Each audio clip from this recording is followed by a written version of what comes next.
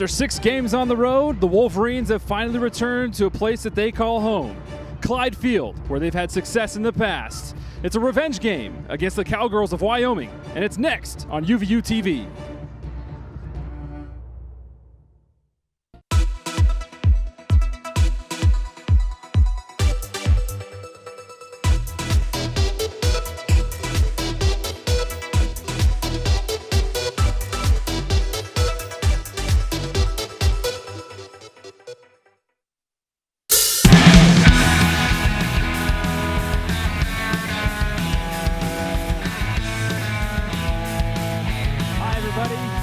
Pleasant Friday evening to you, wherever and however you're joining us here on UVU TV and WolverineGreen.com.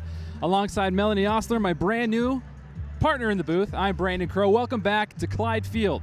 This is a site that the UVU women's soccer team hasn't seen yet this year officially after 6 straight road games. Melanie, you know just as well as anybody else, how good does it feel to be playing back on a home field? It feels good. There's a special excitement and attitude and energy that comes with playing at home finally, especially with being gone for a month. Everyone looks forward to this from day one, and there's going to be a special energy that they're really going to bring it, so it's going to be exciting. We got a couple key players for you to look at as we're watching this game tonight. For Wyoming, Brittany Stark has been almost an assassin on the pitch for Wyoming this year, and Georgia Roundtree has been solid in the box. Yeah, they both. Georgia Roundtree has 3 years of solid experience as a goalie, and as goalie, that experience really pays off. And Brittany Stark, with 4 goals, leading their conference as their leading scorer, she's going to bring an attack and put pressure on the UVU's back line for sure. And on the Wolverines side of the ball, your good friends, Brianna DeWall, who is also leading the team with goals of her own, and Brooklyn Nielsen, 2 young teammates who have emerged as big leaders for this team. Yes, both sophomores. They were freshmen last year, were also key players last year, and so it just shows that it's just the start of their career. They have a lot of greatness ahead of them to prove. Well, we have some key factors that will go into both sides of the game for both teams tonight. If we take a look for the Utah Valley, the keys to victory, we talked a little bit about this in the pregame, Melanie. Effective passing, being composed, and maintaining possession tonight. Exactly. This is a strong focus with Coach Chris LeMay, and the players know as well that they are really needing to play simple. Keep the ball, find the simple pass, and don't force these turnovers that will result in a punishment for them. On the other side of the pitch, going for Wyoming, last year they came out, they were physical, which is something that UVU really isn't in, it's not in their style of play. And so if Wyoming comes out and they attack and they apply pressure, that is essentially how they were victorious last year. Yes.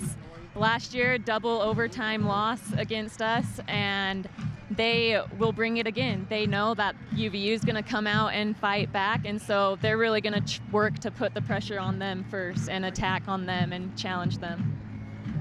Well, it's going to be a revenge game for Utah Valley as they look to come away with the victory this year that was stolen away from them last year in Laramie. It's kickoff between the Cowgirls and the Wolverines next on UVU TV.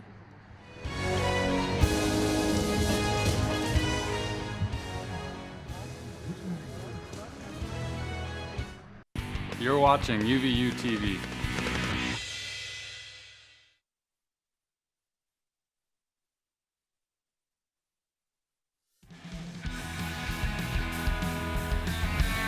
All right, everybody, welcome back to Clyde Field. It's been a while. Brandon Crow alongside Melanie Osler. Yes, Wolverines fan, it is that same Melanie Osler who was on the pitch the past 4 years. This time she's traded in her cleats for a microphone. We're going to take a quick step back as we get ready for the national anthem before we have kickoff here at Clyde Field between the Wyoming Cowgirls and the Wolverines of Utah Valley University.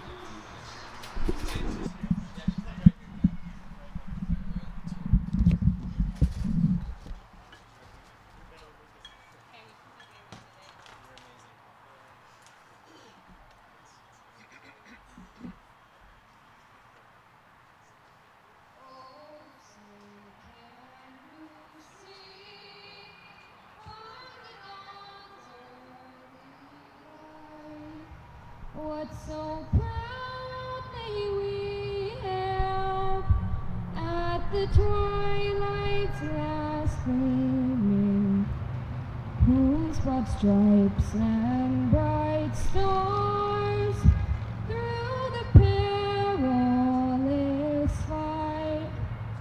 O'er the ramparts we watched were so gallantly streaming, and the rocket's red glare, the bombs bursting in air, gave proof through the night that our flag was still there. Oh, say does that star-spangled banner yet wave o'er the land of the free and the home of the brave?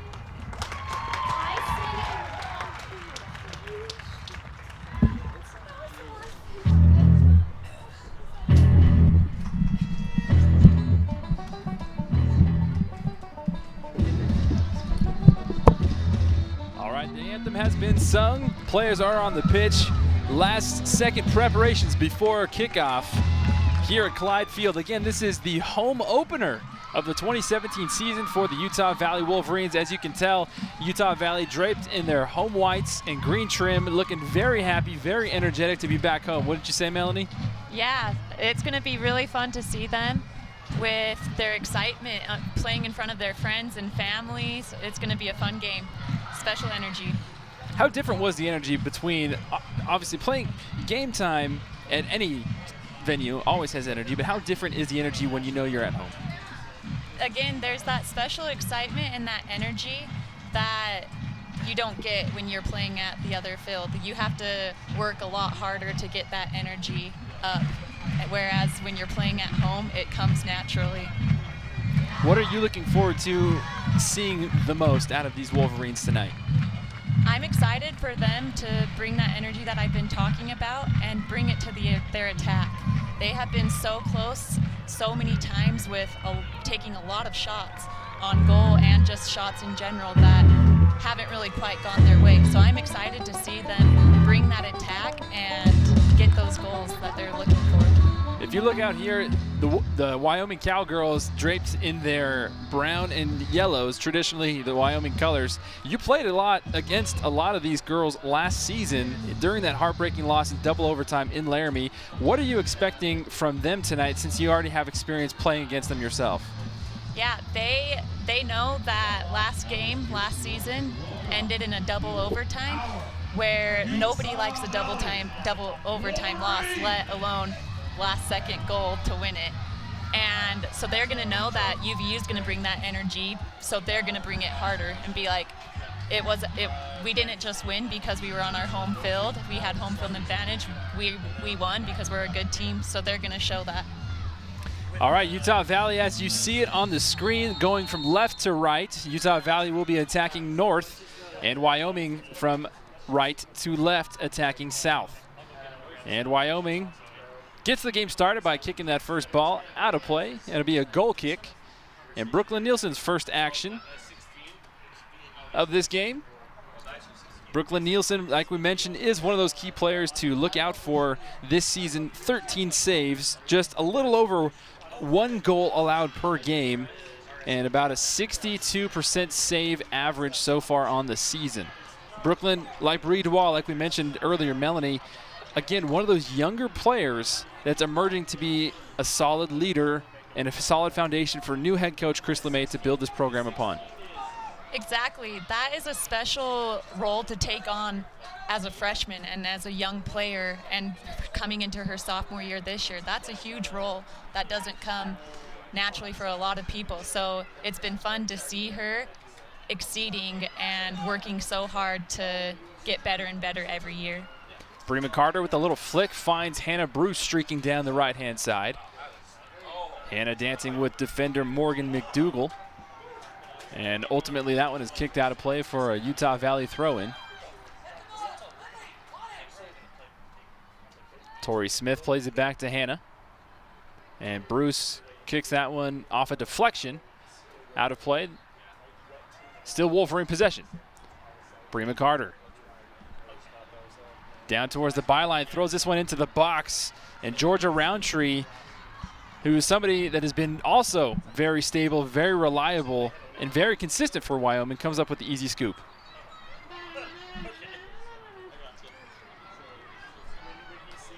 As we take a look at that replay, Brianna Mccarter, who is no stranger to taking shots and putting shots on goal, just misses.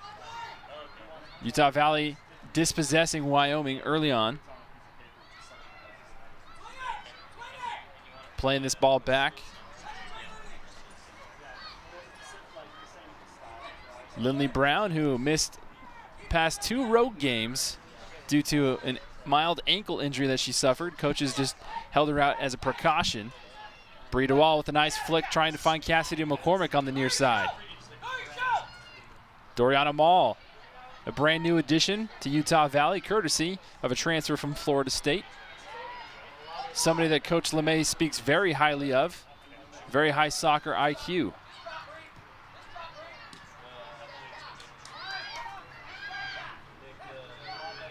What do you see from this replay here, Melanie? You think that's a foul? I think it was pretty clean. She seemed to get the ball on it. The referees seem to agree with you. Here comes Torrey Smith just on the outside of the box, trips over the ball.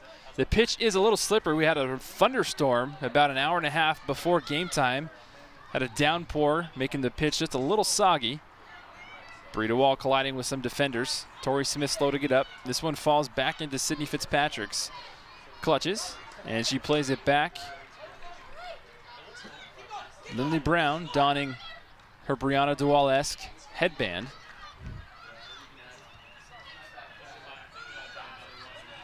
Cassidy McCormick trying to find Mcdougal. Mcdougal wins this one away. Good solid possession to start for Utah Valley. Yes, just what they were looking for. They're not forcing it too much. You just saw previously Lindley dribbling it up. She didn't necessarily have an option up forward, so she pulled it back and played that simple pass back to keep that possession. In your first home game of the season against a Mountain Conference rival that you've played several times over the past couple of years in front of your family and friends, your adrenaline is going to be going, but how important and how hard is it to make sure that those passes that you make are simple and precise? It's everything. If you can't get the ball there and if you can't put pace on it to control it, it's going to result in those mistakes that Wyoming's going to take advantage of, and like we mentioned earlier, they're going to attack. They're going to punish them for making those poor possession. And Wyoming has definitely been on the attack this year. They have fallen short a handful of times in the loss column, but Brittany Stark is one to keep your eye on. 4 goals in 5 games. Her teammates sometimes call her Arya Stark because of her deadly accuracy. This one is going to be deflected out of play, and a corner kick is awarded for Utah Valley, the first corner of the match. And this is something that Coach LeMay has been taking a lot of pride in practices. He was very successful at this in his time in San Diego, and anywhere he goes, he takes a lot of pride in these corner kicks. Yes, corner kicks and set pieces, both. He has really mastered a plan for different versions of corner kicks and free kicks to do. So I think that's a good addition of creativity that the UVU program needs. Mcdougal swings this one in, trying to find Sydney Fitzpatrick, who puts a little touch on it. Not enough to get it past Roundtree. Still in play, however. Brianna Mcdougal down by the end line. And this one is knocked out and deflected once again. Still waiting for the official call. And another corner kick awarded for Utah Valley.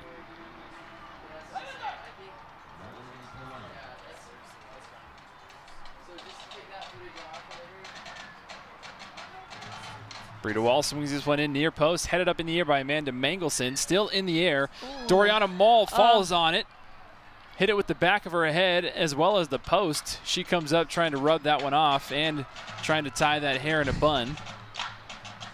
That's a talent that I do not possess. Love seeing them get something on it, though, and make the corner kick more of a threat. Utah Valley within striking distance. Torrey Smith, who has a shot, one hopper, straight to Roundtree. The first real shot on goal for Utah Valley comes early in the 7th minute. And I feel like that is one of the keys for Utah Valley's success. We know that they've been out shooting their opponents almost double, sometimes close to even triple a game. And getting those shots in early has to be something that Coach LeMay is happy about. Exactly. He is happy, and he is encouraging them to keep taking those shots, that even though they're not going in and they're not falling our way, that they will come eventually. And he mentioned prior to this game that you look at most of their shots and they've been crossbar shots that have been so close that could have gone in. So if they keep taking them and showing that creativity, it will come. Brianna DeWall with some space, trying to create even more. Nice solid piece of defending by Wyoming and Tristan Terrell. And this one cleared deep into Utah Valley territory. Lindley Brown back to Libby Weber. And Libby, who had the game-winning goal against Oral Roberts last weekend, her first goal of the season, 7th career goal as a Wolverine. Came just 30 seconds after Oral Roberts tied it up.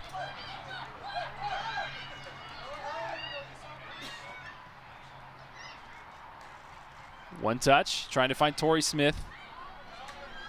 And this one sent up top to Alicia Bass. Alicia Bass not cleared out with the first touch. But that's what teamwork's all about, to try and come around and help that get out of the danger zone, if you will. And now Utah Valley back in solid possession, clears it back to Brooklyn Nielsen. Yeah, it was a really good recovery run from Libby Weber to come back and help Amanda out. It's very impressive so far this season. There have been a handful of lineup changes, but two that remain constant throughout everything has been the one right there in Cassidy McCormick, who throws that to Torrey Smith. Another shot on goal. Roundtree has to punch this one away. Torrey Smith proving to be very dangerous within the 18. Now here goes Wyoming with Morgan Mcdougal leading the counterattack. The other freshman standout that has been in that lineup next to Cassidy McCormick has been Amanda Mangelson. It's been really exciting seeing those two freshmen come in and make an instant impact, and it's exciting to show that UVU soccer is going places for sure, putting these underclassmen in and creating the team for the years to come. Torrey Smith swings this one out to Brima Mccarter. Brima Mccarter with a little showmanship. Back to Torrey Smith. Bruce back to Smith. Another layoff for Bruce. Bruce showing that burst of speed. Trying to find Bree DeWall on the outside of the box. This one deflected nicely away from Brooklyn Mooney. And up and out of play.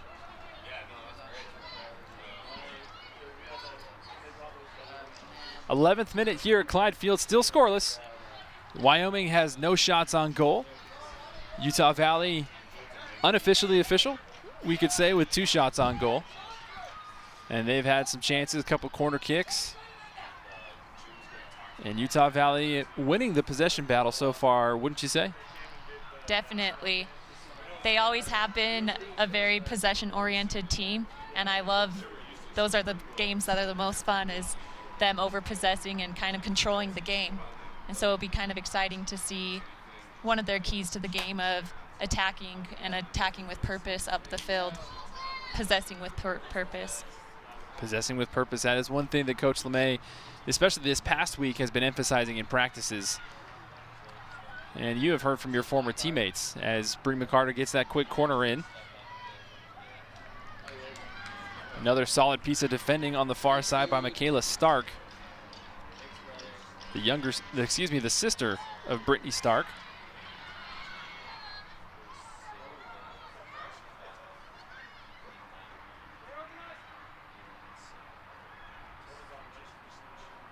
Another layoff for Bree Mccarter.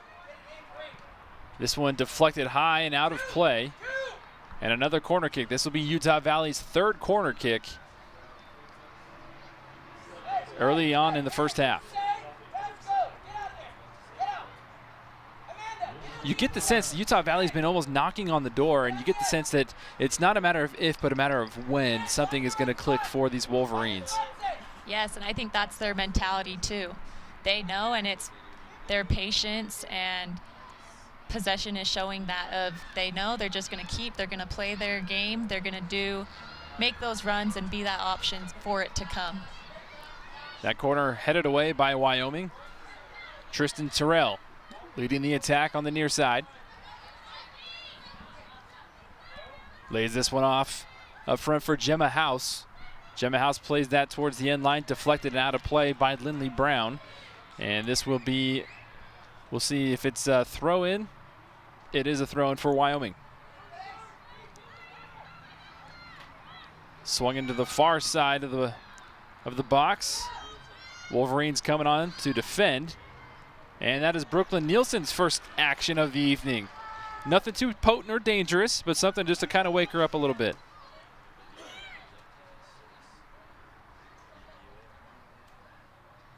As we take a look at this shot coming on the outside from Melissa Murray.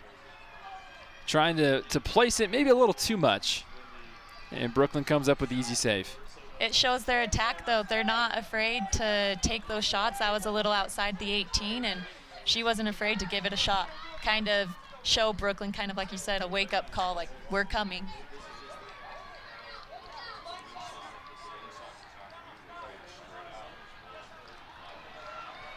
Hannah Bruce with the ball for Utah Valley. Swings this one towards Torrey Smith. Now Breida Wall with the flick on it.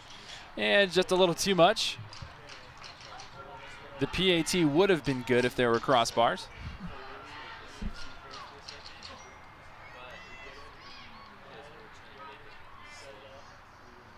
Wyoming has scored a total of 8 goals on the season, and their opponents have scored a total of 6 against them. And the majority of Wyoming's goals have been coming in the first half. They have 5 goals on the season coming in the first half, so you know that the Cowgirls are trying to get some sort of offense clicking early on to try and strike first.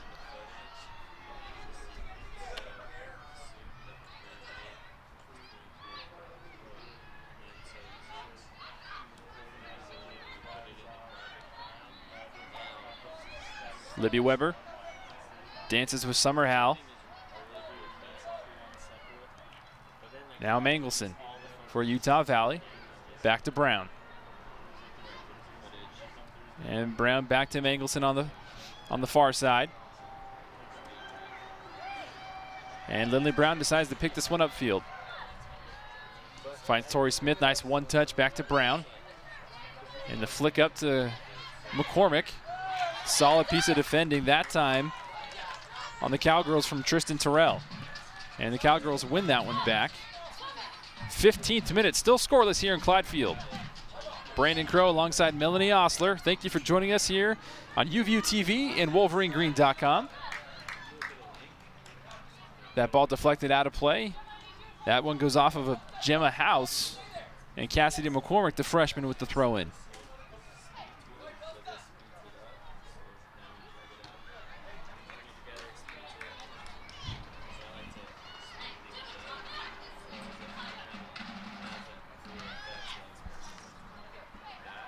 Rachel Boaz, not really assistant coach, but director of operations for Utah Valley with a nice catch out of bounds. Cassidy McCormick trying to find Torrey Smith, a little errant of a pass. Summer Howell picks this one back up, and here comes Wyoming, and nicely snuffed out by Lindley Brown. It's fun to see her back on the field, especially this game with the first being back. We're going to see a lot of that crucial plays of she's not going to let anybody past her. Coming into the season, that was a point of concern for Utah Valley and their fans, losing the 3D, one that you were a part of, with you, Callie Sue, and Abby Jamison. But these two freshmen have definitely stepped up along with Lindley Brown. And Torrey Smith with another shot, this one again right at Roundtree.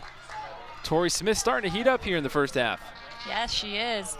She's one of the players that has been affected by Coach Chris LeMay coming in and trying different players in different positions as she's moved from the forward to this midfield position. And I have loved seeing her play in this midfield position. It's giving her all these opportunities to shoot and take those shots, and most importantly, you watch her in the midfield, she's taking these one-touch passes, combining with the outside forwards, outside backs, the midfield. She's doing a really good job of taking control of that midfield. Mcdougal back to Brianna Mccarter. The two Brees have connected quite a bit this season, not necessarily for success in the net, but success between the lines. The two captaining the middle. As Torrey Smith wins that one away for Utah Valley. Again, back to Brianna DeWall. And Mangelson. And Weber now back to Brown. Sydney Fitzpatrick, we haven't seen her in a little while. Tristan Terrell on the pursuit for Wyoming. Sydney Fitzpatrick finds her good counterpart, Torrey Smith. Thought Doriana might have had a chance at run at that one, a little miscommunication. And we see the gestures from teammates, throwing the hands up, acknowledging good idea.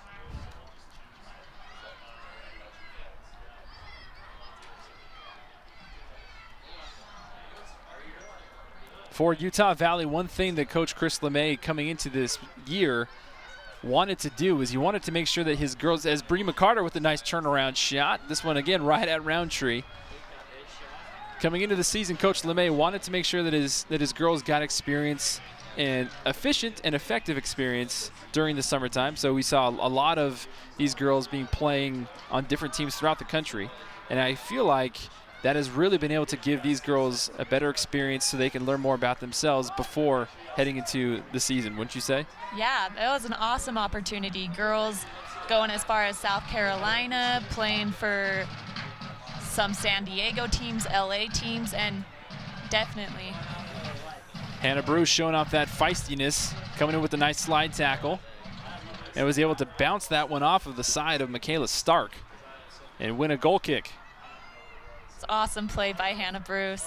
She is one of those players that she is so feisty, and at practice, you always wanted her to be on your team, so you didn't have to go against her. In all my discussions with you, I don't think I've ever come across anybody else, as we have an opportunity for Wyoming. Some trouble on the top of the box. Utah Valley struggling, trying to get back to defend, and Bree DeWall ultimately comes out to clear this one. Doriana Mole wins some possession. Ultimately back to Wyoming. And Brooklyn Nielsen scoops that one up with ease. Here comes Doriana. Wins it back, but ultimately is outworked by Claire Parker.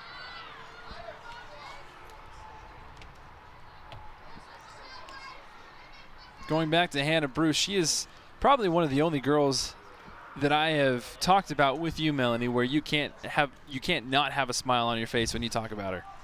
I love her. She taken my position. I have that special love for her that coming in as a freshman, she ultimately showed that work ethic and that determination of she's not going to deal with anything. So I just love that ultimately.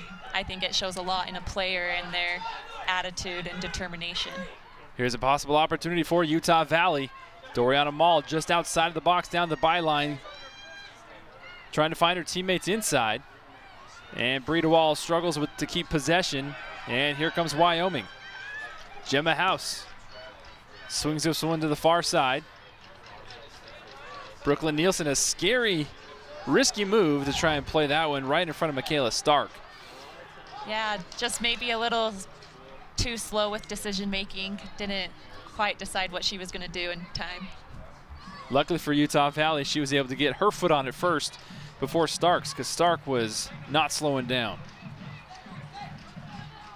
Still scoreless here at Clyde Field, 0-0 in the 22nd minute. Again, Brandon Crow alongside Melanie Osler. Utah Valley's first home game of the 2017 season.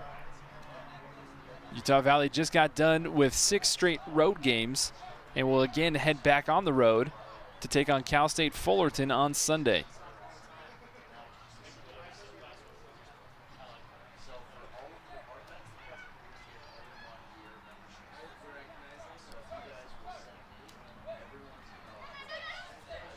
Cassidy McCormick.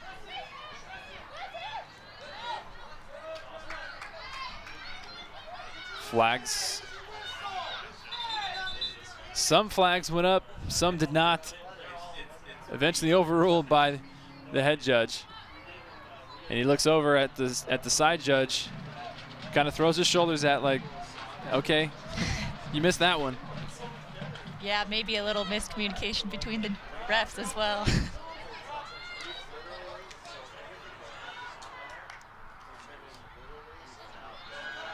Good clearance from Utah Valley.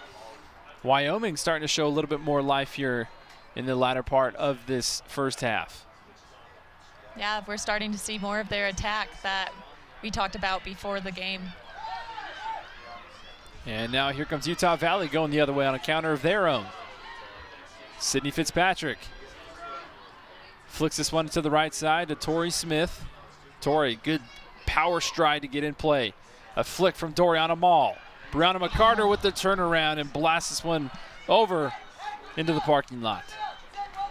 It was a very good build-up from UVU, from starting with Sydney Fitzpatrick, dribbling it all the way up and playing it out. And it was a good idea, and unfortunately, it's some of those opportunities that you need to put away instead of having a shot that not necessarily on frame. Brima Mccarter, like you said, with Torrey Smith, has been one of those that's been benefiting from these different positions as Torrey Smith finds herself with the ball again, trying to look for Brianna Mccarter, and this one ultimately deflected out of play by Wyoming. And this will set up another throw-in for Utah Valley.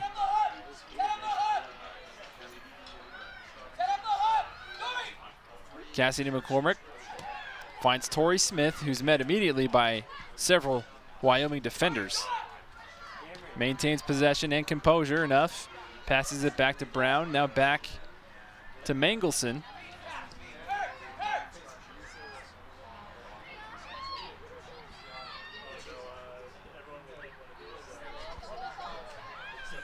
Tristan Terrell putting good pressure on Brianna DeWall. Brianna set up for a shot. This one deflected by Claire Parker. And now the Cowgirls come on a counter, led by Alicia Bass. Bass with the little hesitation move had Michaela Stark streaking. And now Utah Valley comes away with it past midfield and Hannah Bruce.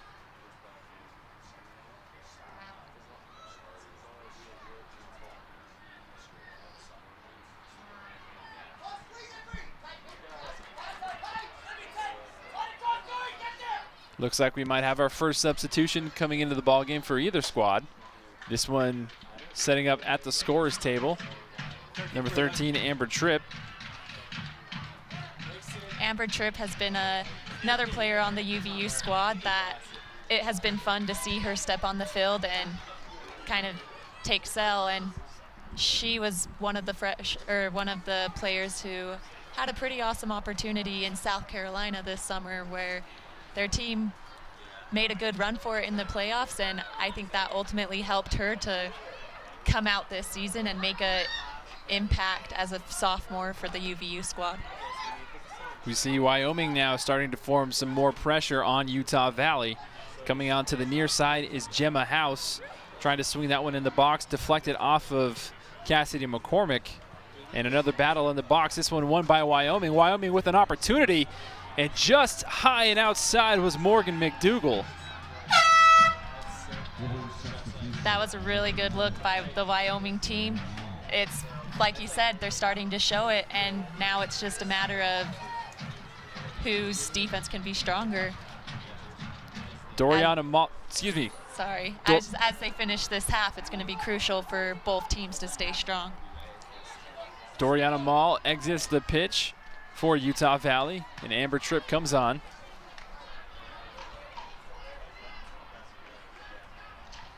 It seems like the goals that Utah Valley has allowed this season have come from the left side of the box going to the right side of the box. As we saw, Wyoming and Morgan Mcdougal was set up spot on in that left corner of the 18 and had pretty much uncontested shot. Yeah, it's something to look at and kind of use that for UVU's knowledge of maybe fixing their back line a little bit, see that they need to maybe shift a little faster to help that left side and prevent those goals. Again, Utah Valley deep into Wyoming territory. Torrey Smith one-on-one with her defender. Goes right. Brima Mccarter trying to get that one touch down. This one again trickles away from her foot and booted all the way back into Utah Valley territory. Lindley Brown, I think, has the most touches on the ball of anybody on the pitch right now. 28th minute here at Clyde Field in Orem, Utah. Thank you for joining us again, however and wherever you are. We know we have viewers all across the world. Thank you to the World Wide Web. Hannah Bruce. 20 for 9.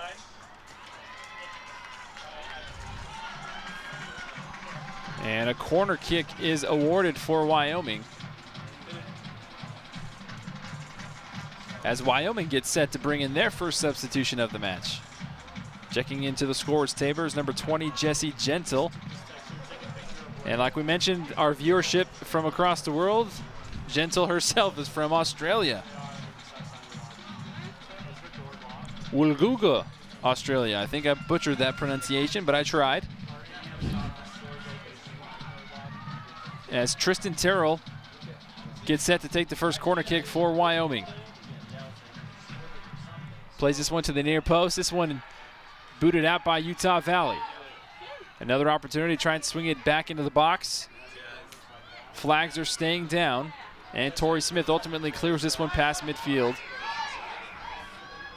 and played all the way back to Roundtree.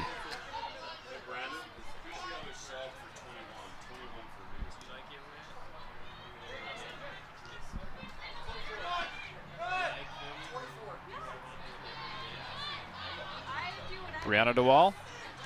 Flick over Torrey Smith to Sydney Fitzpatrick. Sydney Fitzpatrick trying to find Amber Tripp on the far side. Hannah Bruce again in the air, trying to win the ball back. Something that she does very well. And Wyoming does well to maintain possession themselves and win that one back from Utah Valley. And the instigator of that one was Summer Howe.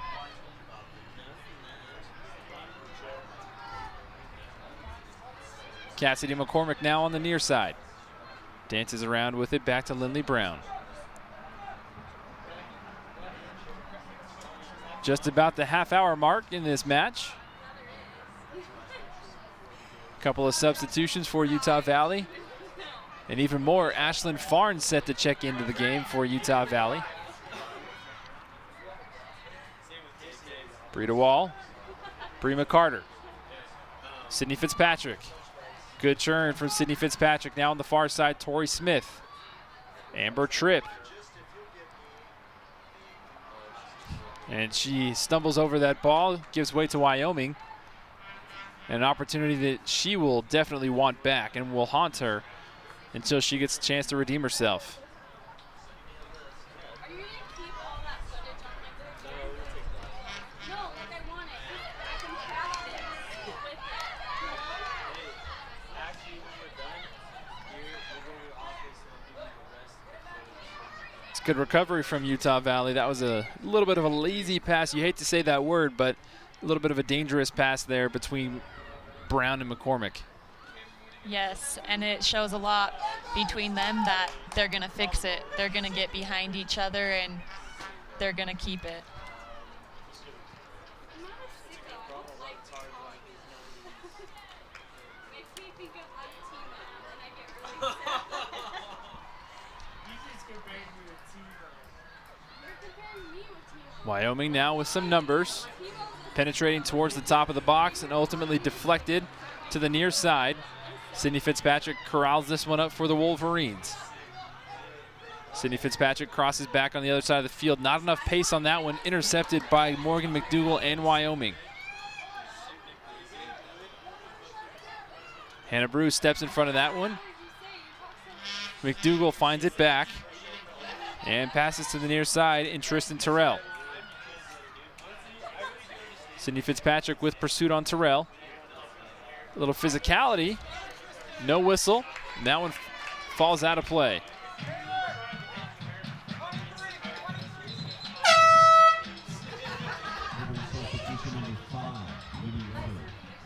That gives way, that whistle blows, gives way to more substitutions coming into the game for Wyoming. Jesse Gentle and Madison Barrick coming off the field for Wyoming is Michaela Stark and Alyssa Murray. Coming on the field for Utah Valley for Libby Weber was Ashlyn Farnes, number 18.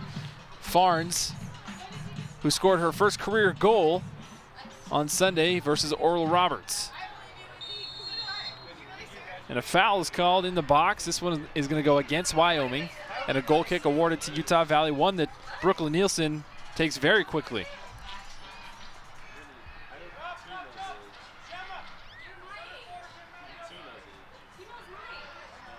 It's really hard to tell exactly what happened. Some bodies were flying on both sides, but the referee called the foul on Wyoming. And now Utah Valley has the ball with Brianna DeWall. Ashlyn Farnes, her first glimpse of action in this match. And Amber Tripp on the far side gives way to Hannah Bruce. Hannah Bruce with a beautiful layoff ball for Tripp, who can gather herself right in the corner with a nice first move. Finds Ashlyn Farnes, who's in the box. And a slide tackle and a deflection out of play on the byline by Morgan Mcdougal of Wyoming gives way to Utah Valley's fourth corner kick.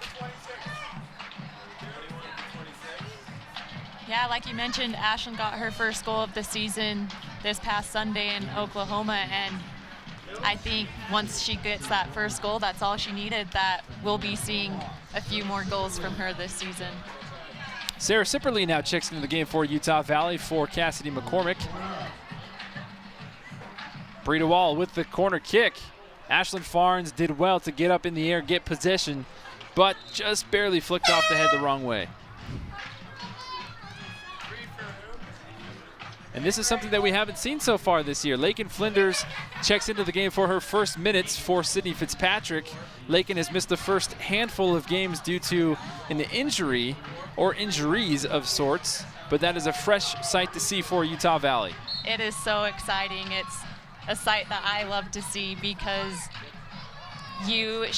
out of all the people on the team, I think she has the most heart, and she really got discouraged with this injury, and it just never was really going her way. So to see her finally overcome that and on the field, she deserves it. So it's going to be exciting to finally be able to watch her.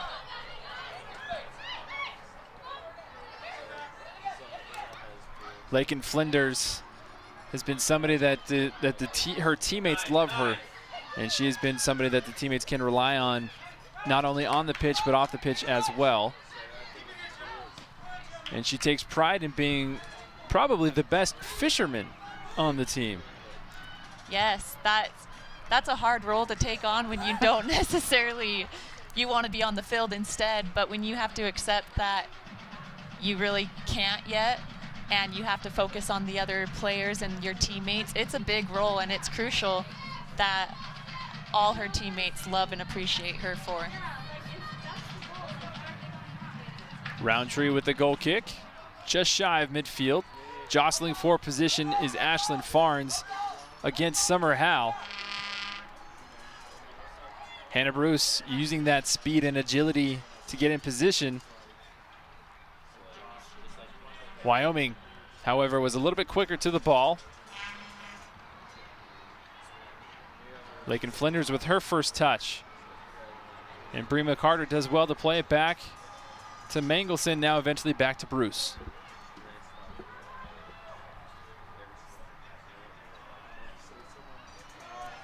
Lakin Flinders guarded by Taylor Burton on the far side. Some fancy footwork from Flinders. And Ashlyn Farnes wins the throw-in for Utah Valley. 37th minute here in Clyde Field in Orem, Utah. Still scoreless in the first half. Wolverines with the throw-in. Hannah Bruce now to Flinders. Ashlyn Farnes now with it. Now Hannah Bruce showing off some fancy footwork.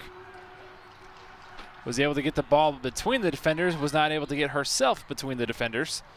Yeah, Wyoming has done really well at standing their ground. There's been a few different people.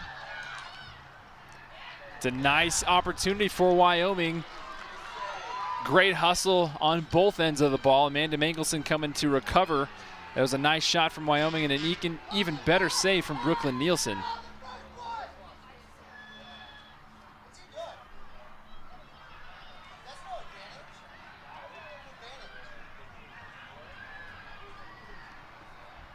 Hannah Bruce.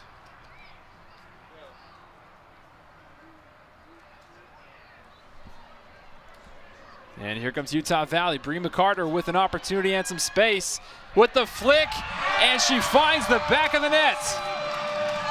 Brima Mccarter puts the Wolverines on top 1-0 in the 38th minute.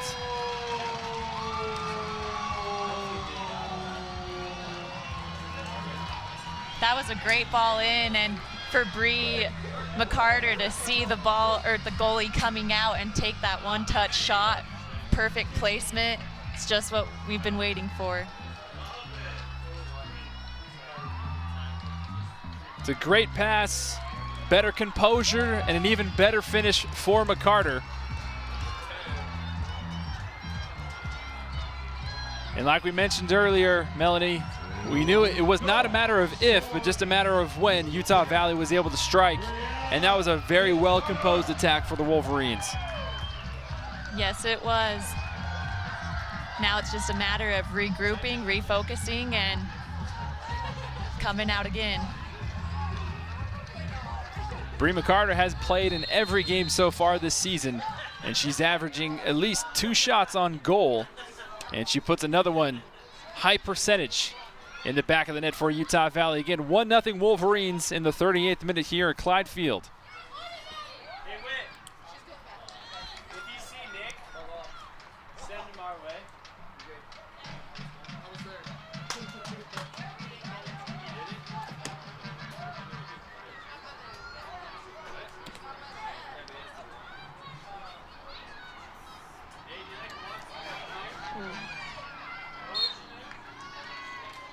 Some more physicality showing up. Scrappiness, you could say, for both teams. Foul was called, I believe, against Brianna DeWall, and that one was against Alicia Bass of Wyoming.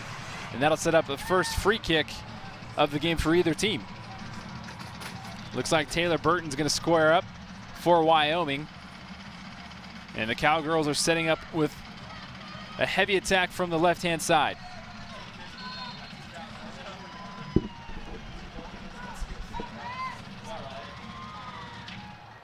There's the shot, far post. Brooklyn Nielsen snatches that one out of the air and quickly gets it back in full sprint for the Wolverines. Bree DeWall to Lakin Flinders. Now back to Brima Mccarter. Back to Bree DeWall. And Ashlyn Farn sends this one into the box. Right at Roundtree.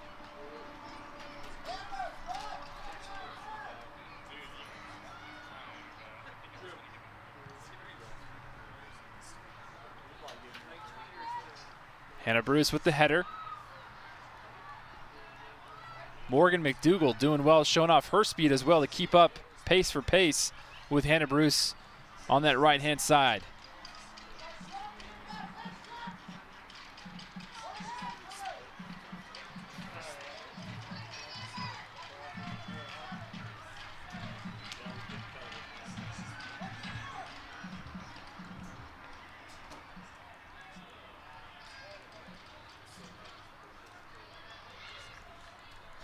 Part of the Green Men squad on the far sideline, giving their input, indicating their hands, trying to help the referees out as to whose possession that was. Always love your home crowd. Exactly. They add to the magic of Clyde Field. It's crowd favorite. I love it. Amber Tripp on the near side, back to Sipperly. Now Farns guarded heavily by Summer Howell. Eventually back to Lindley Brown.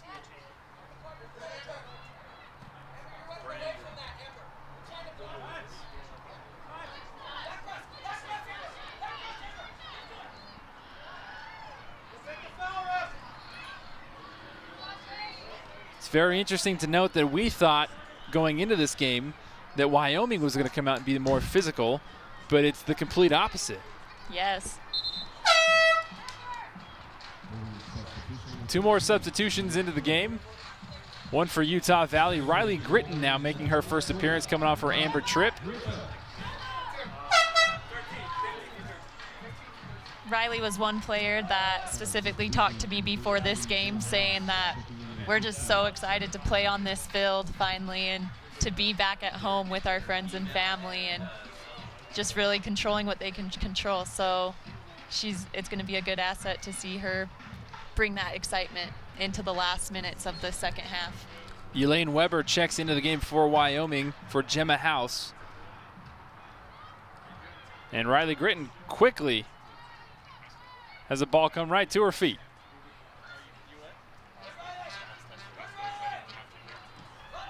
Brima Mccarter.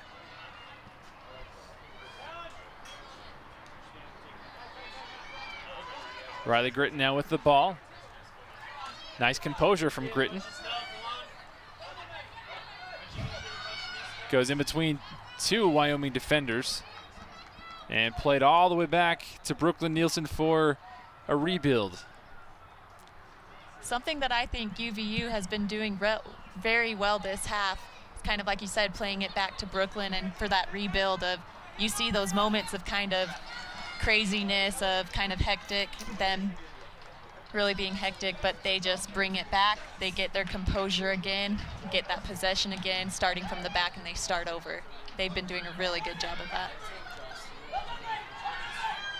And ultimately, it was that type of play that eventually led to that breakout for Utah Valley and the Brima Mccarter goal. As Wyoming got stripped away by Utah Valley, now playing on the near side is Riley Griten. Riley Griten to Brima Mccarter. Brima Mccarter now, you can kind of see a little bit more swagger now that she has a comfort of knowing that she put a goal back in a couple minutes ago. And that is something at that position at the top, that is something that it's a necessity, and it's something that you can't really teach. And here comes Wyoming on the counter. Bass gives way to Barrick on the near side. Barrick sprinting down towards the byline. Kicks this one off of Sarah Sipperly. And Sipperly deflects this one out of play for a throw-in for the Cowgirls. Elaine Weber will throw it in for the brown and yellow.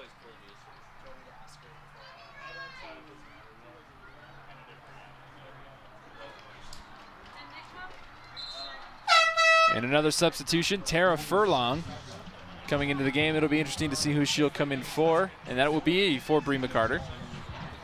Brima Mccarter, a well-deserved rest in the dwindling minutes of the first half.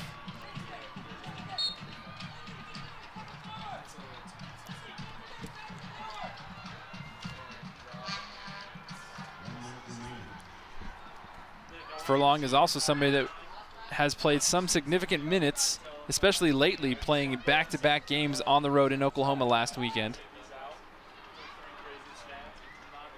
Another exciting position change, though, as well, as her usually going in for one of the center backs, but playing in that midfield position.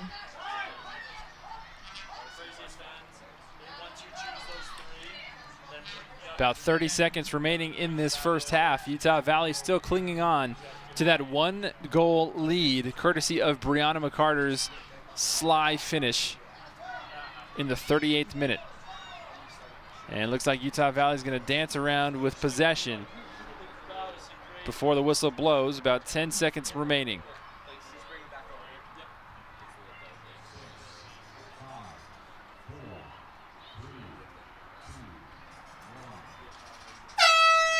And that is how the first half will end here at Clyde Field. One half underway of this home opener of the 2017 season for Utah Valley. And you see some smiles and some deep breathing, but at least it's a sigh of relief knowing that they go into the locker room with a 1-goal lead, courtesy of Brianna Mccarter. A well-deserved rest, catch their breath so that they can come out second half and bring it that much harder. As we take a look at this highlight reel, Brianna Mccarter got things started early for Utah Valley. Not necessarily shots on goal, but shots in that general direction. Utah Valley, again, was combating Wyoming. Wyoming had their fair share of opportunities as well. Torrey Smith, a couple good looks herself. Hannah Bruce showing that feistiness on that defensive side.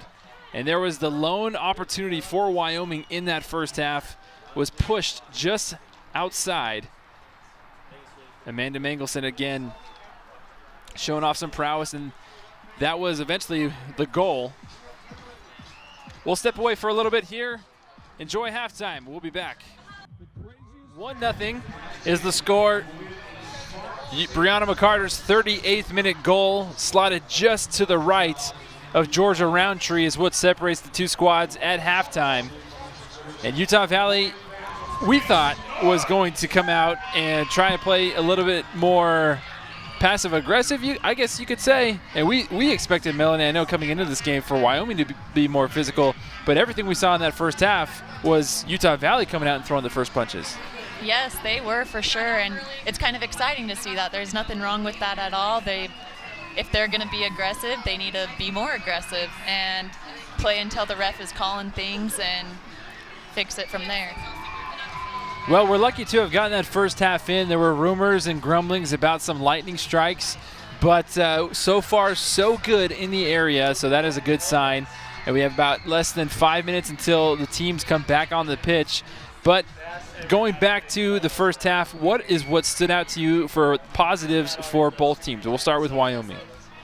Wyoming, once they took them a little bit, took them a couple minutes, but once they got into their groove of that attack that we were looking at, they were showing some pretty threatening goals and opportunities, and I think their defensive shape and especially 1v1 defending, UVU players were coming, trying to maybe show a little fancy footwork, kind of throw them off and trick them, but they weren't falling for it. They were standing their ground, they were standing them up, and they weren't able to get by them. UVU wasn't able to get by Wyoming as they looked for.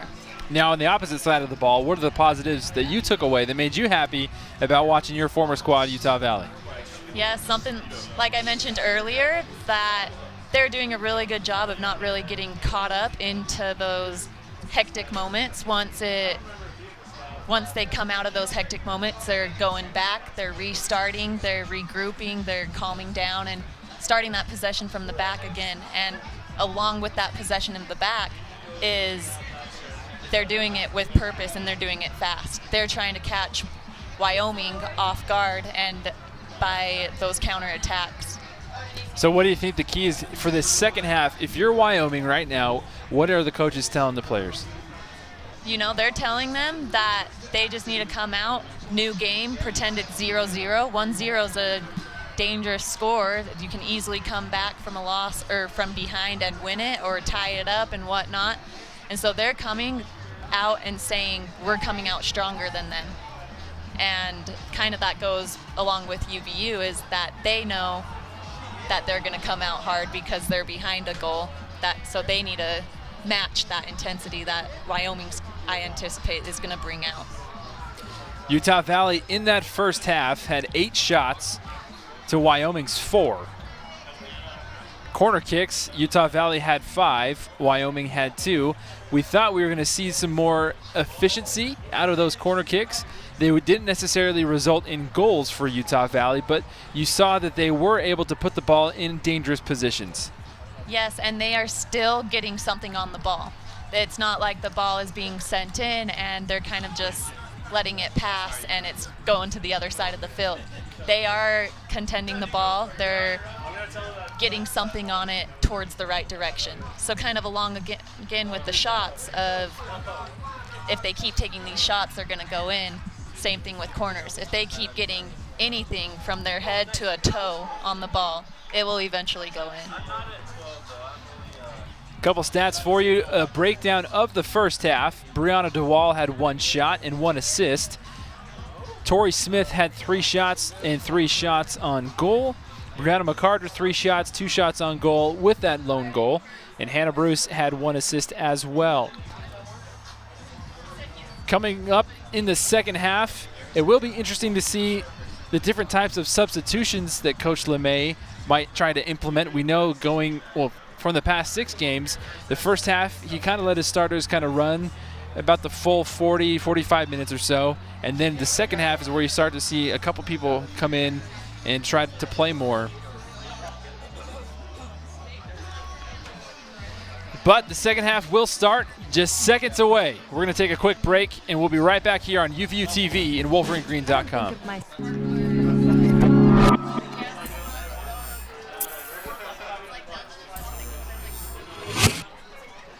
Welcome back to Clyde Field. Brandon Crow with you alongside Melanie Osler. Melanie Osler trading in those cleats this season for a microphone. She's doing a great job so far. Utah Valley struck first in the first half, thanks to Mccarter's 38th minute strike from the right side of the box, slid just past the right-hand side of a diving Georgia Roundtree. We saw that excitement from Bree after she scored that goal and how she upped her intensity then. So it's going to be exciting to see that intensity that she finally brought after the goal into the second half. And like we talked about, Melanie, right before the first half ended, it's that swagger that you're looking for in a position player up top. Exactly. Having that edge, having that confidence of, I'm going to score. That's my job. That's my position. And I'm going to do what it takes. Utah Valley still in their home whites with the green trim, this time going from left to right on your television screen. Brianna DeWall trying to find Doriana Mall. Doriana slipping a little bit with her cleats, showing some frustration on that play as Hannah Bruce dances with the ball for Utah Valley to the near side in Amanda Mangelson.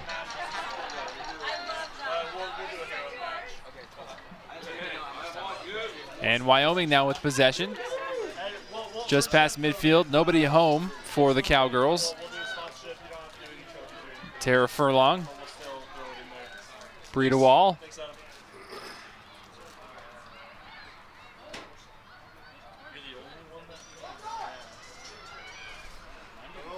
Nice touch from Utah Valley. Here's an opportunity for Utah Valley. And Breida Wall with the touch goes straight into Georgia Roundtree's arms. What's hard is that For Wolverines, that's a very optimistic and very positive sign to see. Brianna DeWall is somebody that's been averaging close to double-digit numbers of shots and almost shots on goal this season. Yeah, she has been taking the shots left and right, and it is exciting to see that she's leading in the NCAA. She's up in the ranks with them of the amount of shots she's taken, and they may be out a little too far out sometimes, but she's still taking the shots, and that's what matters.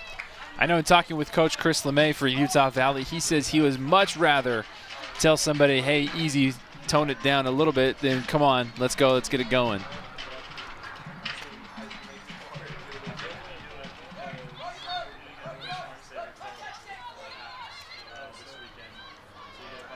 Wyoming swinging the ball back along the defensive line. Claire Parker. And a deflection. Looks like it went off of Tristan Terrell. And a throw-in is awarded to the Cowgirls.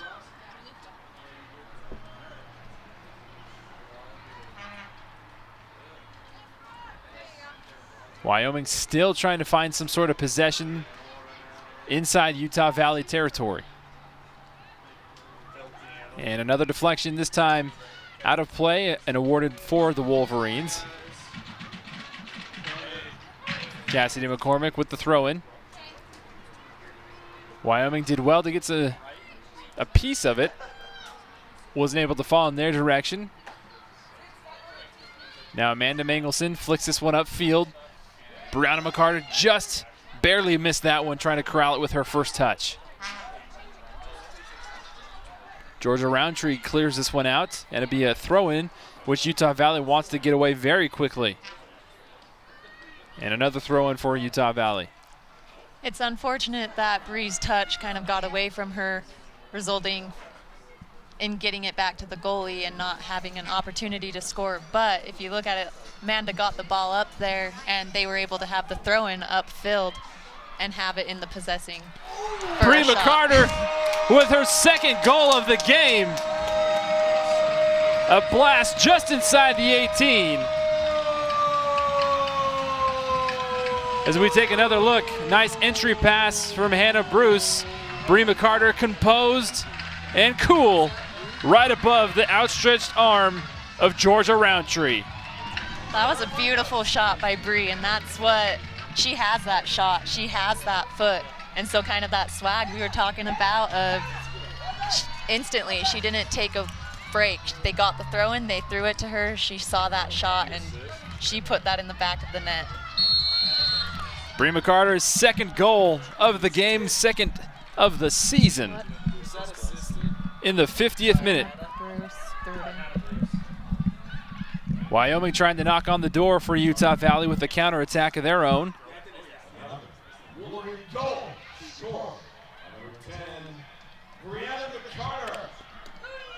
This one into the box, headed away by Hannah Bruce for Utah Valley. Nice clever flick from Sydney Fitzpatrick.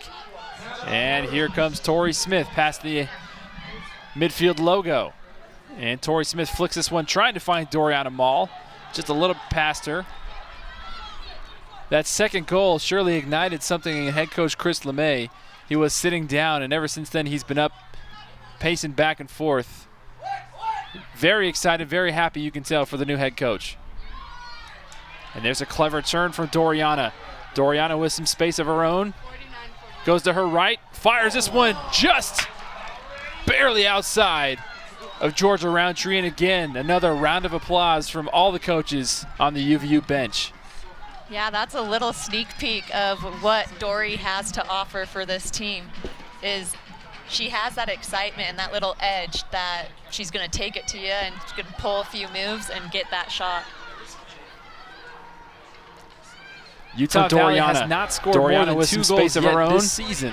Goes to her right, one game. Fires this one just, and you feel like barely outside. That second goal from Brianna Georgia Roundtree, and again another round of applause from all the coaches of opening up the floodgates for Utah Valley. Yeah, that's a little sneak peek of what Dory has to offer for this team. Change from both teams. She has that excitement and that little edge that she's going to take it to you and she's going to pull a few moves and get that shot. UVU's also answering back still. That excitement of Utah Valley has not scored more than 2 goals of her own this season. Still a lot of time right in this game. Fires this one just in the 52nd minute here at Clydefield in Orem, Utah. Again, Melanie Osler, Brandon Crow with you on UVU TV, WolverineGreen.com. Thank you for joining us however and wherever you are.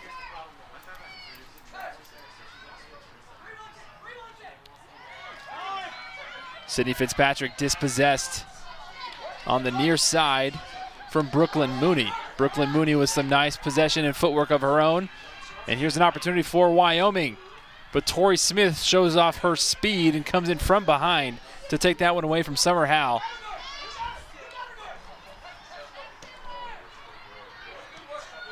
Torrey Smith played off her chest. It's a hard, clean tackle, sends Torrey Smith to the ground. Here comes Wyoming now knocking on the door. That was a very physical shoulder that was thrown. Brooklyn Mooney, maybe a little bit of a frustration play on that one. Yes, I think frustration, especially with the dealings with the game, it definitely gets the best of you sometime, and I think, like you said, she was showing it. Frustration never got to you, did it? Never. As we see the foul differential, Wyoming 2, Utah Valley 1.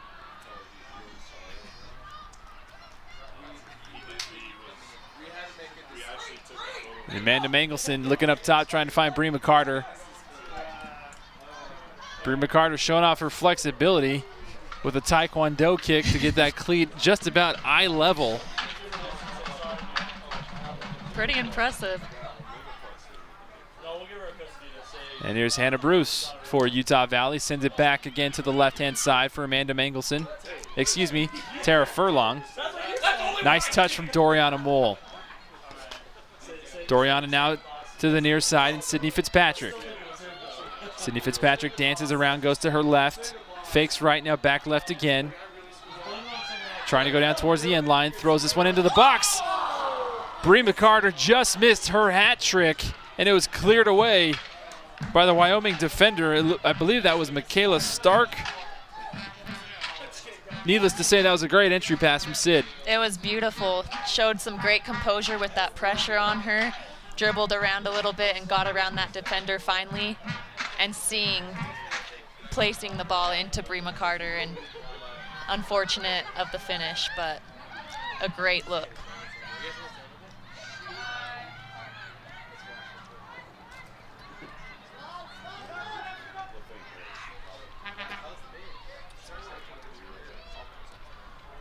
Wyoming now starting to pick up a little bit more pace, a little bit more urgency, if you will. A nice slide tackle from the Cowgirls. And then again, one back in midfield by Brooklyn Mooney. And a foul sends Brianna DeWall to the floor.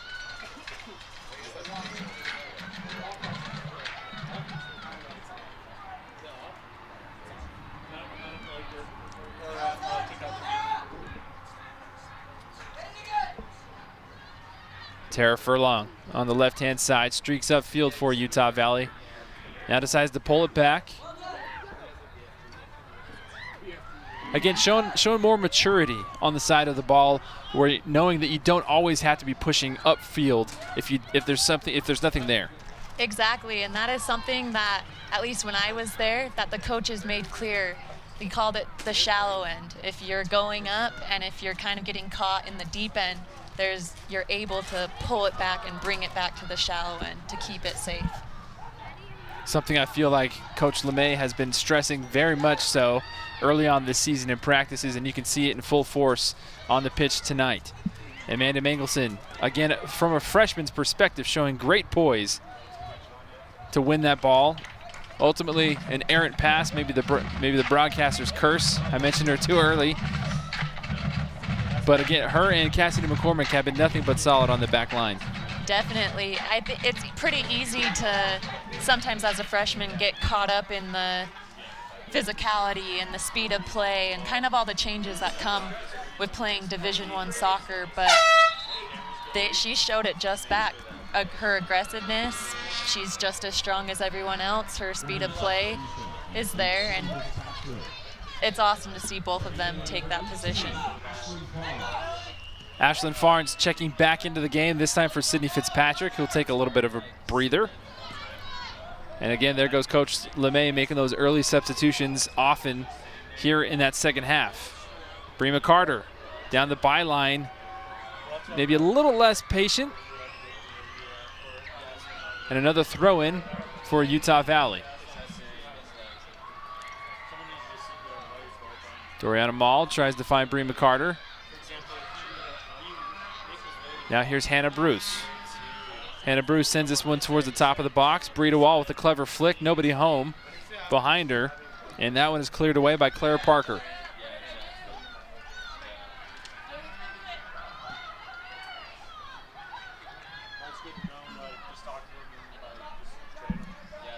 When you're in a situation like this, Melanie, where you're at home in front of your home crowd, you have a 2-0 lead, which is something that you really haven't had going on in a game so far yet this season.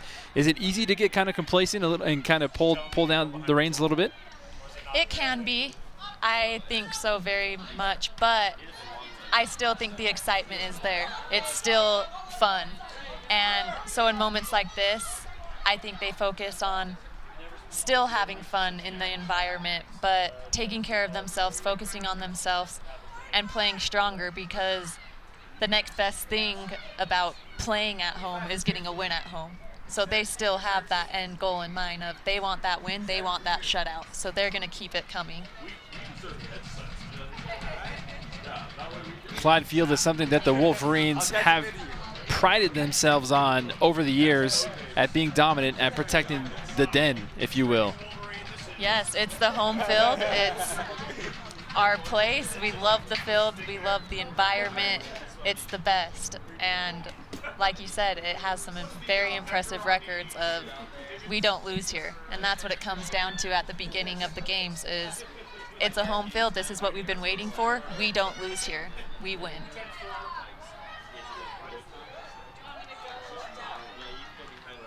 Wyoming is looking for their first road win this season.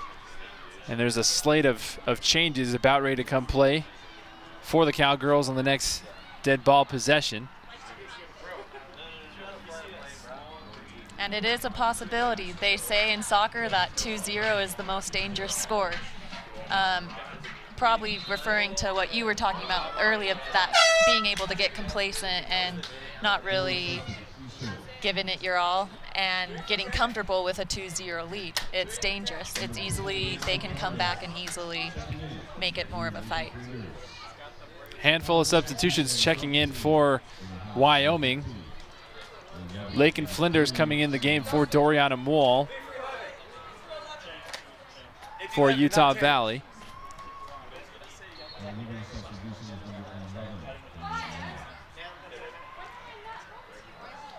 With the second half role of re-entry, I'm sure we'll probably see Dory come in again and just get a quick breather, a well-deserved break, take a breath, and we'll probably see her come back in again. Doriana Moll, just like me, born and raised in Southern California, and I don't think she is quite used to this elevation per se, and so she's been doing very well in practice. But I think it's still trying to get acclimated to this high elevation here at the Wasatch base. It's a little more difficult than people might think. Yeah, there have been countless amount of players who come and report, and they get caught in that trap of this elevation and trying to breathe, and especially in a sport where all you do is run. Absolutely. Wyoming with a little bit of a test for Brooklyn Nielsen here in the second half as we approach the hour mark of the match.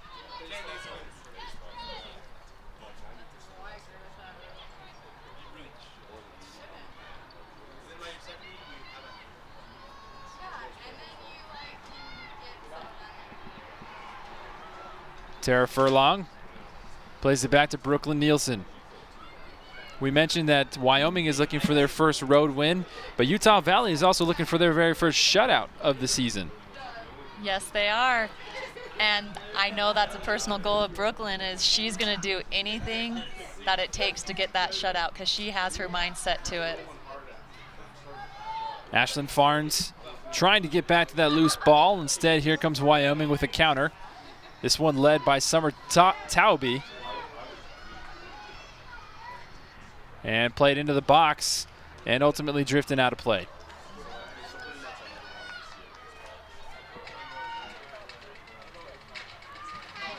And this will be setting up for a corner kick for Wyoming. I know offensively, Coach LeMay has been very invested throughout his tenure as in his coaching career on set pieces offensively, but he as well is almost equally as defensively in defending set pieces. Exactly. If you have an answer to the offensive side of free kicks and corner kicks, you're going to have an answer as the defending of how to prevent them from scoring. Wyoming trying to make something here. Tauby plays this one back and eventually up forward. Ashlyn Farnes jostling for position. Back to Libby Weber, who finds a nice pass up to Lakin Flinders.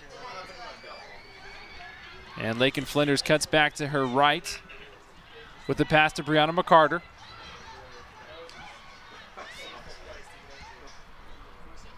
Ashlyn Farnes trying to find position, but Tauby does well to kick that ball away.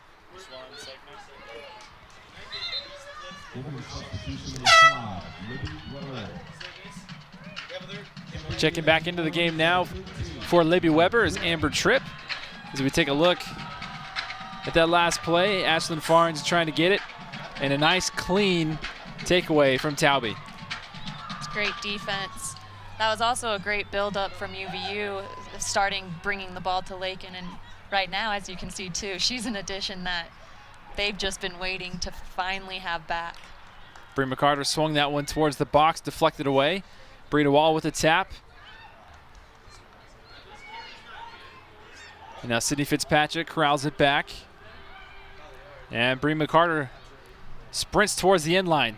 Tosses this one into the box, trying to find Torrey Smith or Lakin Flinders on the near post. Amber Tripp, but Georgia Roundtree pounced on it to snuff out the opportunity.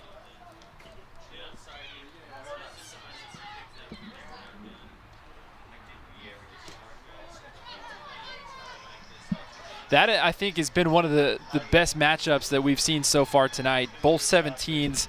You have Morgan Mcdougal and Hannah Bruce, as Hannah Bruce puts that one in a great position. Nobody home, however, for Utah Valley.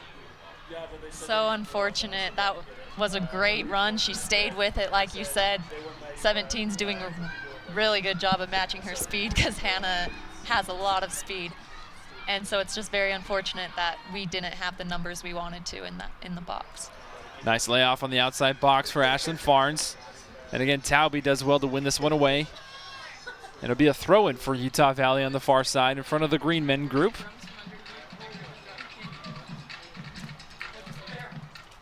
Cassidy McCormick. Here's an opportunity for Utah Valley. And Breida Wall hits this one with a little too much inside foot, pushes it outside. And a substitution for the Wolverines as Brianna Mccarter comes to take a break. And she gets a fist bump from her head coach. After 2 goals, that's one thing you hope most, that the coach is proud of you and happy. You'd hope so. Yeah. Amber Tripp for Utah Valley with a nice layoff ball on the left-hand side. And again, snuffed out. Nice defensive play by Jesse Gentle.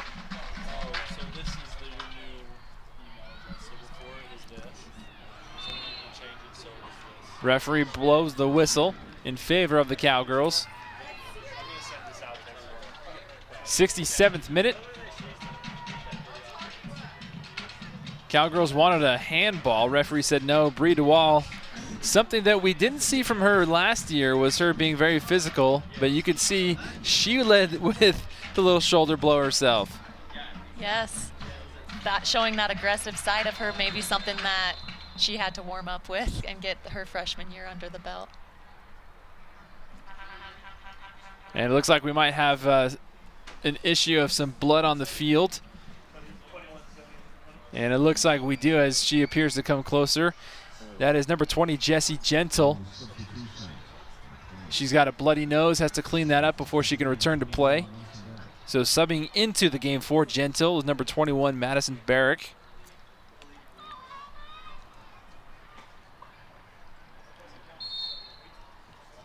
As play resumes. Free kick from the Cowgirls past midfield. A nice booming kick for the Cowgirls. And Wyoming trying to get something started offensively. Snuffed out on the defensive side by Utah Valley. Lakin Flinders finds herself with the ball and some room, but eventually dispossessed by Tristan Terrell.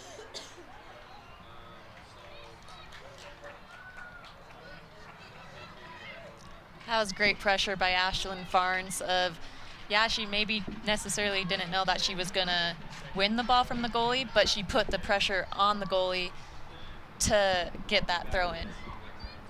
Breida Wall does well to win the ball back in her possession. A little nutmeg, if you will, of Summer Taube. And that'll fall out of play for a corner kick, which is played in very quickly to Sydney Fitzpatrick. Fitzpatrick now to Bruce. Bruce, who tries to swing this one to the far side, deflected off of a nearby Cowgirl defender. And Sydney Fitzpatrick uses her body to come and get back possession for Utah Valley.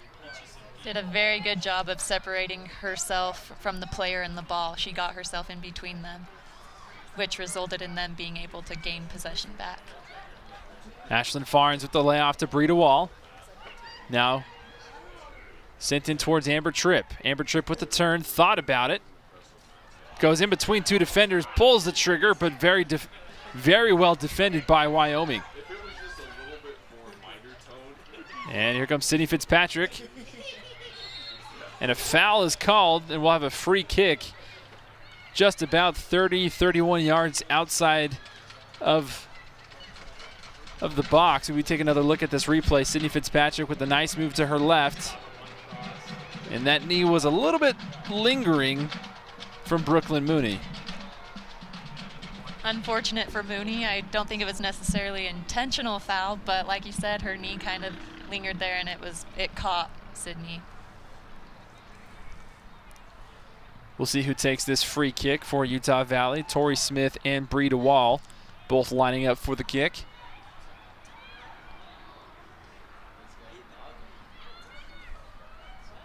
Looks like it'll be Bree. She plays it near side. Sydney Fitzpatrick with a nice first touch. Cleared out of play by Wyoming.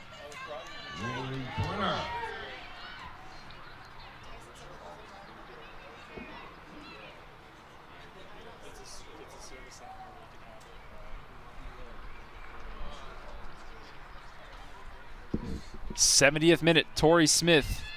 Looks like she's going to be taking this free kick. Plays it into Amber Tripp, a little too hard for that first touch. Laid back to Mcdougal, trying to place this one into the box. Falls just off the feet. Flag is up.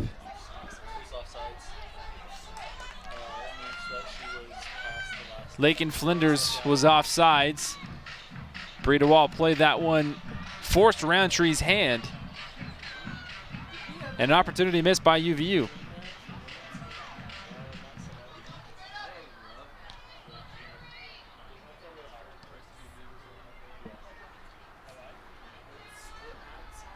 Tara Furlong with a strong header into Wyoming territory. Mcdougal trying to find a sprinting Ashlyn Farnes. Ashlyn Farnes wins it, but just can't get it past Roundtree. Lakin Flinders was waiting on the other side. It was a great ball by Bree, and unfortunately Ashlyn was almost there, not quite getting there as soon as she could, but if she got there maybe a second sooner, I think her positioning with her body would have been able to play that back six ball to Lakin Flinders. About 20 more minutes left to go in this match. Utah Valley never trailing. And a handball gives way to a free kick in a very dangerous position for Wyoming. Yes, this is definitely going to test UVU right now. It's 70th minute, 2-0. They need to stay strong.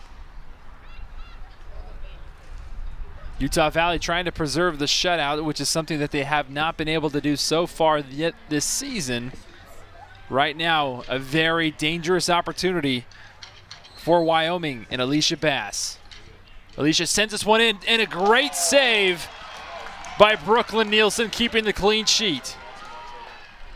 That was a beautiful save by Brooklyn. You see, she had her eye on the ball, she saw it. She got in that positioning of what she needed just to get that flick over the goal. Hats off to Bass, who put a great ball over the wall and forced Brooklyn Nielsen to make that play. If Brooklyn doesn't get a hand on that, that's easily 2-1. Hey, sorry, I had my Laura. Played back into the box. Brooklyn Nielsen trying to go against two Wyoming attackers and is able to snag that one out of the air. Brooklyn Nielsen, the music major who wants to be a gymnast, who was recruited to play a forward position, who's now a goalie, if you will, for Utah Valley. The woman of many talents. It's one of my favorite things about her. Ashlyn Farnes to Sydney Fitzpatrick. Nice layoff ball for Torrey Smith. If she can corral it, can't handle that first touch. Would have been a great opportunity for Utah Valley. Tara Furlong dispossessed. Now here comes Morgan Mcdougal and Wyoming. Nice pass from Mcdougal. Flag stays down. And here comes Wyoming just outside of the box.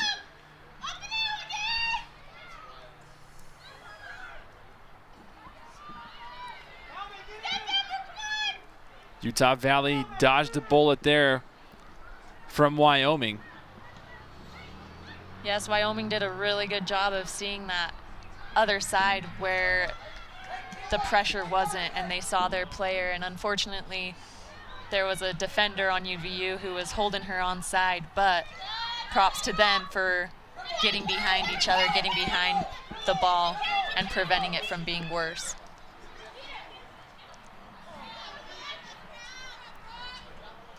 You can always tell when freshman Brindley Nelson is about ready to step into the game because the vocal level just goes a little bit higher, and that's not in a negative way. That's something that Coach LeMay absolutely loves about her, is how vocal she is for being so young on the team. And that's something that he looks for, is that communication factor for all of his players.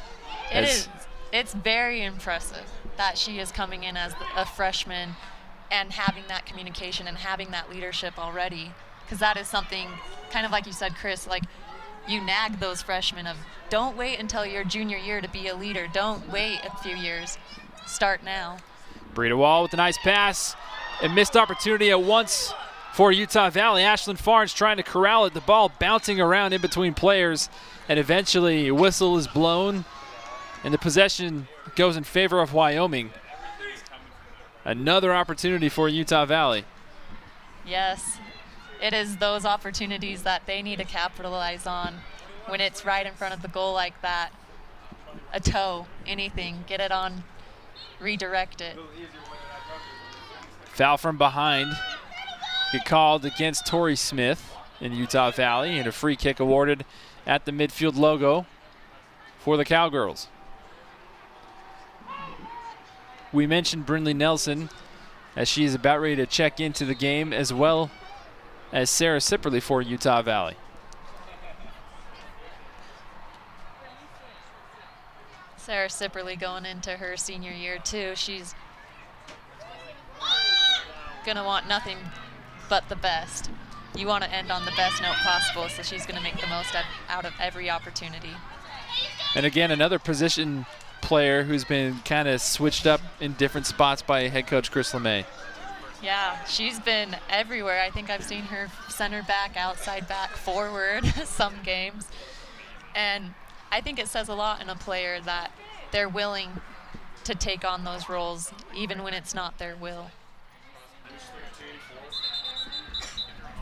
That ball out of bounds will give way for a substitution. Checking back into the game for Wyoming, number 13, Gemma House. For Utah Valley, Brindley Nelson checks in for Breida Wall. Sarah Sipperly checks in for Cassidy McCormick.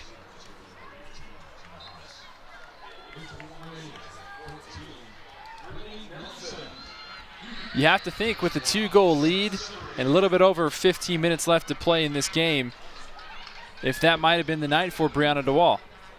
12 for 27.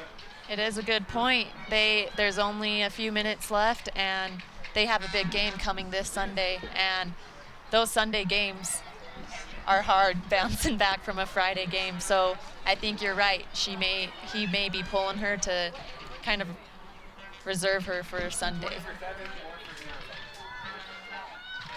Mcdougal with a shot, a one-hopper to Brooklyn Nielsen, who scoops that one up. And Brooklyn Nielsen is about 13 minutes away from her first shutout this season. We have a couple substitutions getting ready to come into play for Wyoming. Roundtree coming way out of her box. And a nice play by Brooklyn Mooney to dodge Sydney Fitzpatrick. And here comes Wyoming. And here comes Brooklyn Nielsen to scoop that one up before Gemma House could have any opportunity.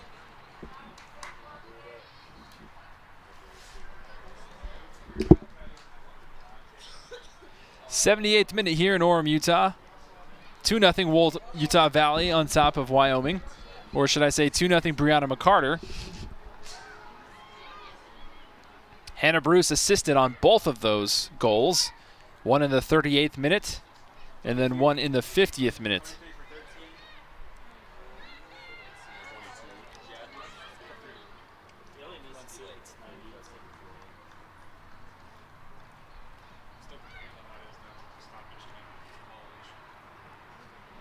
Tara Furlong up to Amber Tripp, just past midfield for Utah Valley. Amber Tripp with some pace, tones it back, trying to find a striking teammate. I believe that's Lakin Flinders still. Coming out of the match for Wyoming is Georgia Roundtree, and coming into the match is Christina Salazar.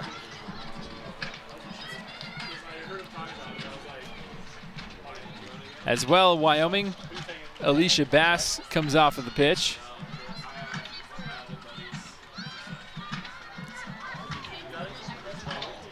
And Madison Barrick checks into the game. Salazar with her first kick of the match. A two-hopper past the midfield. Game doesn't start till like 30, does it? Oh, at 8:15. That's weird.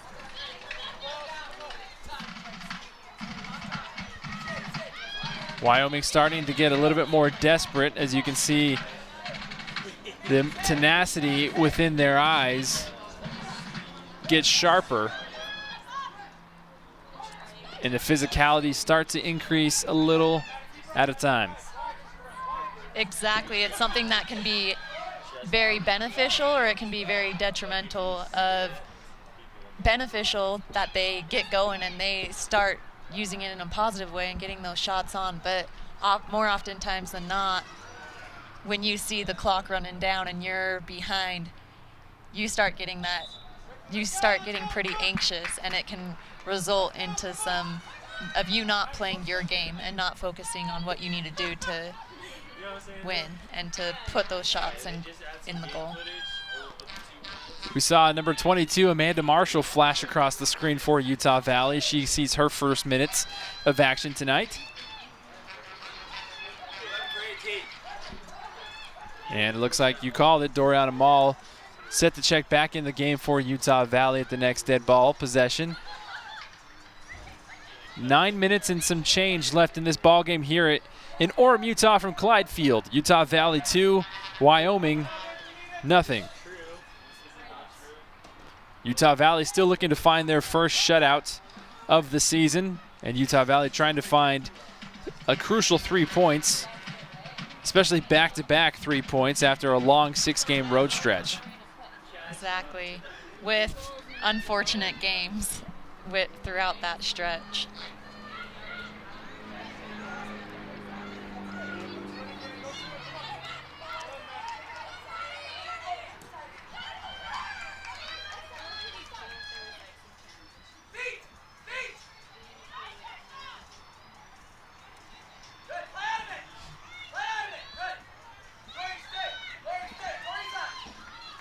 And talking about Brooklyn Nielsen's composure for being just a true sophomore, we mentioned, as we talked before this match, how last year she was learning the position literally, because she wasn't recruited to be a goalkeeper, and they saw how talented she was and how athletic she was, and so they decided to put her there. But now this year she feels, I think what she said was she feels, quote, 1,000 times better and more confident. And you can see it just oozes from her between the posts. Yes, and I think a lot of that comes from her personality and her determination of she's a player who she's going to put in the work to become better. And another part of it comes from she has 2 really good assets with the addition of Rachel Boaz. It's a misdirection, and that is the goal for Wyoming as Wyoming breaks that scoreless streak. It was a ball that was that should have been cleared, could not have gotten cleared. As we try and take a look at the replay here just to see exactly what happened, not sure if that was deflection off of Utah Valley or if it was indeed a pure goal in and of itself. But Doriana Mall checks back into the game for Utah Valley, as well as Brianna DeWall.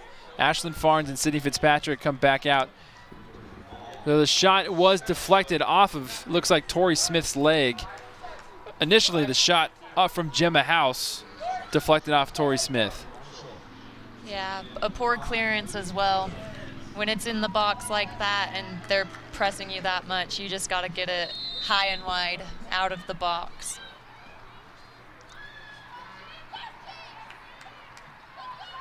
Again, Utah Valley still no shutouts on the season, but they are looking for a crucial 3 points at home.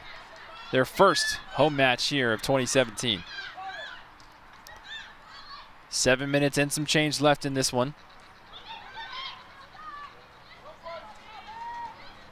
Wyoming trying to find their first road win of the season and clawing back within striking distance ever so slightly.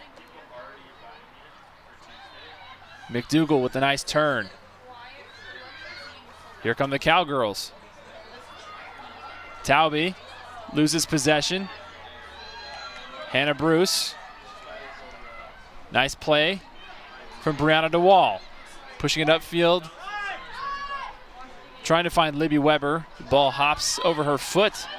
And Doriana Mall does well. And eventually wins the ball back in possession for Utah Valley. The intensity after that Wyoming goal has increased greatly. Doriana Mall showing off some athleticism to get to that ball in the corner. 13, 10 for 13. Doriana Mall loses possession. What? 10 for 23. Hannah Bruce jostling for position. Madison Barrick has other ideas. Now Doriana Mall has some space. Only one white shirt in the box. And Doriana Mall would love to have that one back. Yes, it's those crucial moments, even just taking care of the ball. You don't want to give it away at this point of the game. 6 minutes left. It's a 1 point game now. You want to do what you can to control the game, and ultimately that's taking care of the ball, preventing Wyoming from having that possession. Salazar with the boot almost slips as the night increases, so does the dewy temperature. And Mccarter is offsides. Approaching 5 minutes left to play in the first home match for Utah Valley. They cling to a 2-1 lead late in the second half.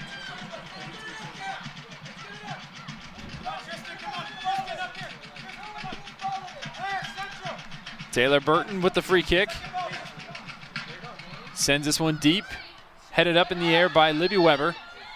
Juggled again by Weber. Now Bree DeWall comes to save pace.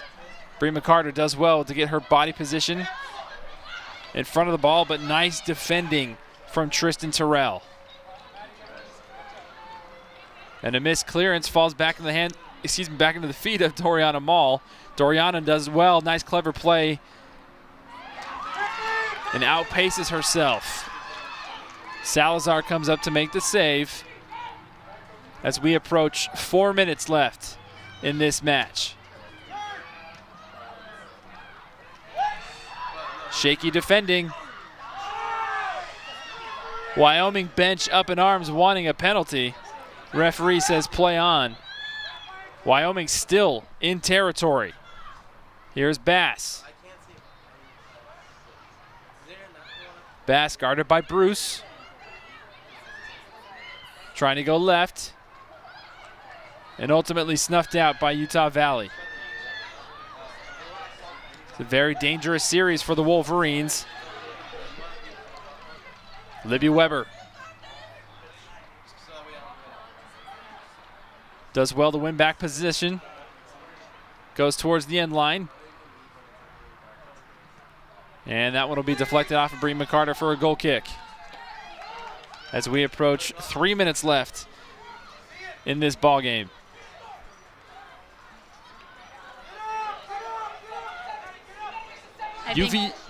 Go ahead. UVU almost looks like they're playing a prevent defense here, making sure that they don't give away that equalizer. Exactly. I was going to say they know that it's a close game. They're going to do what it takes. They're going to get behind the ball. But up top, I think they're kind of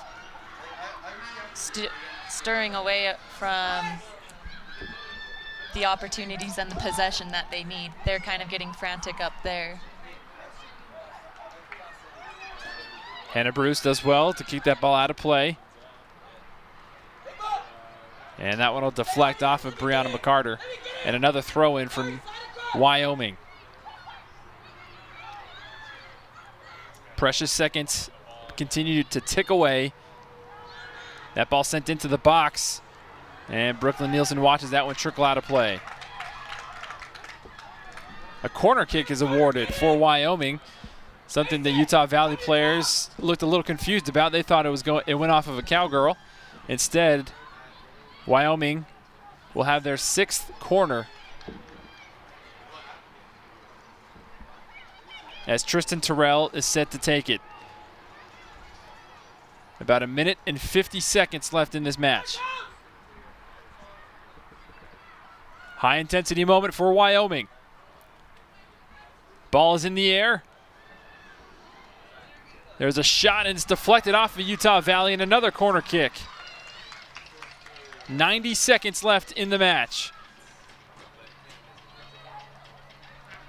The Cowgirls trying to escape with 1 point. Utah Valley trying to escape with 3. Again, Terrell sets up for the corner kick.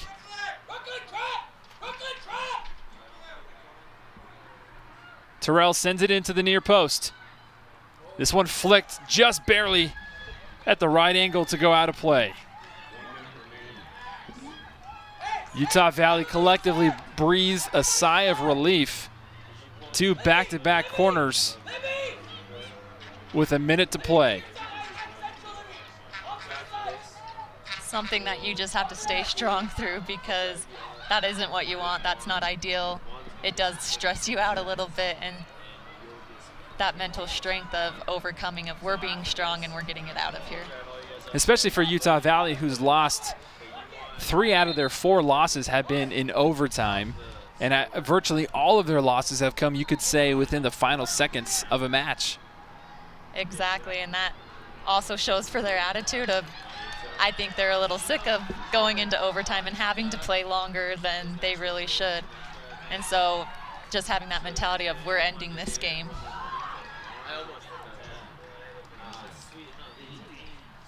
One last-ditch opportunity maybe for Wyoming.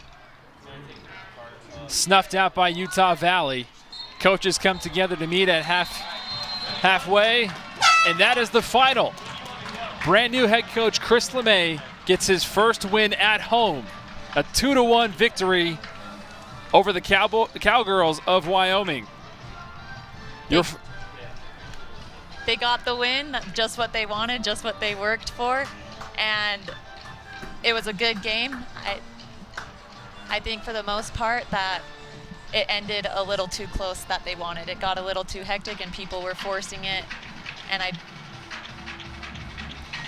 don't think it finished as much as they wanted to. That goal right there by Brianna Mccarter, the second of the game for her, the second of the game for Utah Valley, proved to be the deciding goal of the match. Brianna DeWall showing some grit and some force, not as many shots as all of her other games coming into this one, but she did enough to help her team come out victorious. Brooklyn Nielsen was big when she needed to do, and that was the lone goal to break the shutout. Wyoming fought hard. They fought physically like we thought they would, but almost a little too late. And Utah Valley, you see some smiles, and like we said, they can breathe a collective sigh of relief in knowing that they were able to escape with this one with 3 crucial points at home. Exactly. Just on the road, exciting game ahead of them. Well, Melanie, your first game in the books in the broadcast booth, and I'd say you did very well. And if this is a good luck charm, then it'll be an exciting rest of the season. Final score here from Orem, 2-1, Utah Valley victorious over Wyoming. Thank you for joining us here on UVU TV and Wolverine Network. Thank you to all of our hardworking staff and crew behind the scenes. Without them, we wouldn't be able to get this game to you. Again, the final from Utah Valley, 2-1, Wolverines on top.